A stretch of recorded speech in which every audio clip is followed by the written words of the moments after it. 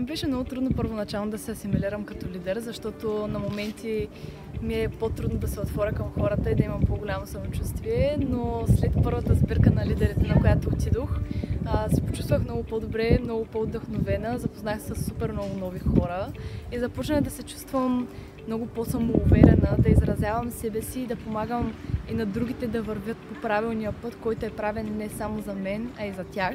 Тук за мен се отрази много градивно. Доста неща научих, видях, попих. За мен лидерството е менталитет, това е начин на мислене, това са твоите умения, това са твоите качества като човек. И един лидер за мен е човек, който е всичко заради хората, за които се бори. Защото ако нямаш тези хора, за какво се бориш?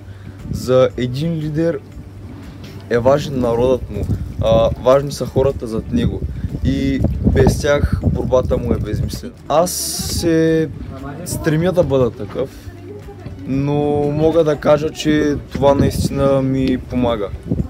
И съм благодарен, че съм тук сред такива прекрасни хора. Пожелаваме ти голям успех. Благодаря ви. Все още за момента не се чувствам лидер. Благодарение на вас съзнах, че има какво да работя, стремя се натам и мисля, че в близкото бъдеще ще мога да покоря тези върхове. Лидерът трябва да води, не само да менажира. Според мен трябва да накара хората от екипа да имат смисъл и да знаят защо правят нещата, които те правят. И най-вече да няма високо его, да мисля, че той е над всеки, за да може да е по-земен за тях и да се представи като по-добър човек.